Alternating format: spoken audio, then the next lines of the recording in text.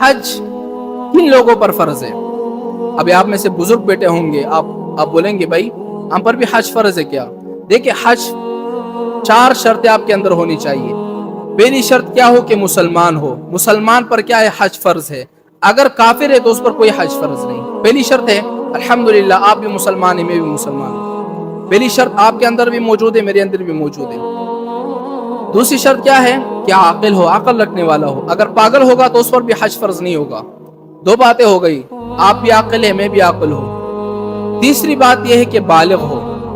بالغ ہوگا اس کے بعد اس پر حج فرض ہوگا۔ اگر نابالغ ہوگا اس کا فرضی حج ادا نہیں ہوگا۔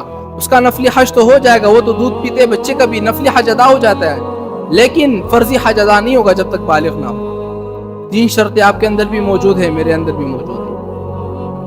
چوتھی شرط کی وجہ سے آپ بھی مکے نہیں جا پا رہے، میں بھی نہیں جا پا رہا۔